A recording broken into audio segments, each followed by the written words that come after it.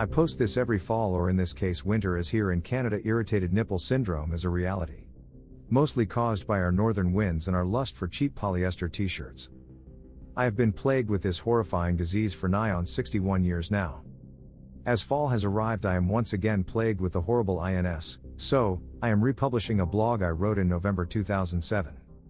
It seems to my contorted, malformed outlook towards this self-labeled existence your Homo sapient species declare as humanity that as atomic Mother Earth has another one of her annual menopausal temperature episodes, you are dancing in cohesion to her moods and wants.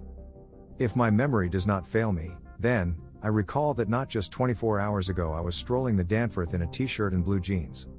I recall my endocentric annoyance at the sweat gathering in the furrow of my brow as I glinted from the warm brightness of the summer comparable sunlight.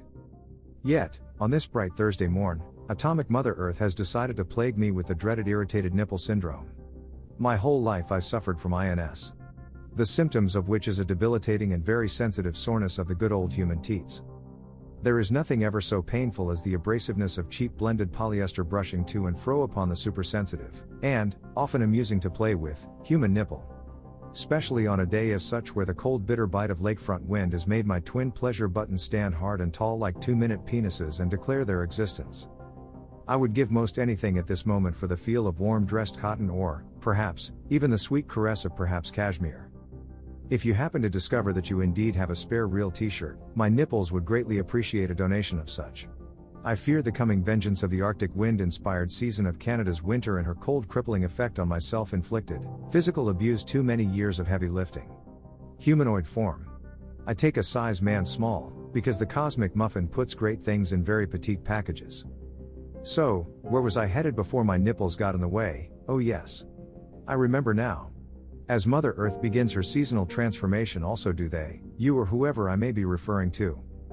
I diligently trucked out into the public domains yesterday afternoon to record to memory the strange rites and rituals of you humanoid robotic clones of a greater being, so as, when the mothership returns, I shall have gathered enough intelligence as to please the supreme powers that be, and, thusly, I may rightfully be receiving the ever-patronizing pat on my head and the salutary equation of Dan is a good boy. Of which I will reply the ever-grateful thank you and sheepishly grin and drool. There you were, dancing your rhythms of daily disclosure and bartering your extensively earned numerical banknotes called the paycheck to purchase licorice strands of candied sugars to ensure the quietness of the distressed 2-year-old as he struggles to gain freedom from the stroller so as he may run rampant and yet again test your patience quota. If so howled the crisp breeze from Lake Ontario, then, immediately your upper limbs clutch to protect the ever-sensitive nipples.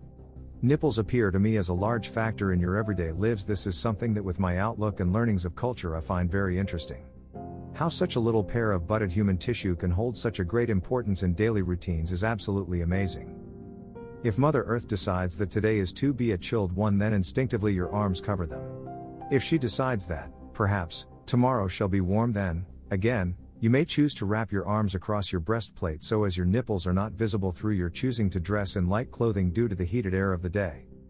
On a warm summer's day at the beach, the young females readily douse their feline bodies with the refreshing and cool lake water, but then they must protect their nipples from the wanton eyes of juvenile males who are hoping and praying that the hairy thunderer will grant them the blessing of a visual aid only comparable to that of a wet t-shirt contest.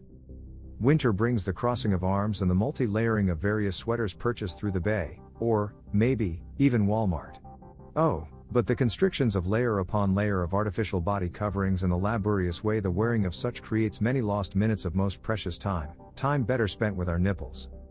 If, in your wonderment of life, you are to have such a thought as, does this happen to the male of the species?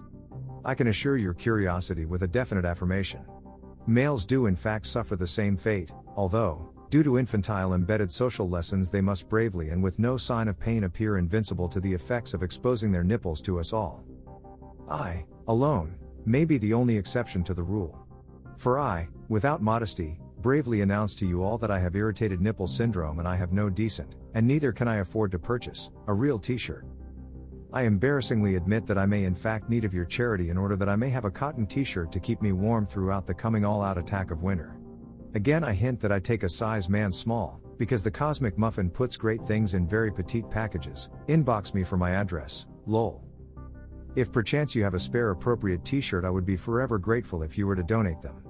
You may send them in care of D. Werner, 608 Dawes Road, Suite 610, East York, Toronto, Ontario, Canada, M4B2G6. All of the above mentioned observations have made me realize that by looking out my window and watching these humanoid life forms conduct their daily routines and dances, I can accurately determine the weather by how greatly the female Homo sapient is clutching her breastplate. Such a simple but relatively accurate method of predetermining the weather. On the mothership, we are forced to depend on the science of meteorology in our daily session, watching the Universal Weather Channel on our installed satellite dish. I bid you all a warm day in the emotional sense. I offer to you a simple concept to embed into your daily routine. I offer that when your eyes are next to focus on your fellow man, that your brain immediately sends forth but one word: peace. Good day to you and yours. Guter tagged su in und su iram bonne journée à toi et au votre. Buen dia a usted y el suyo.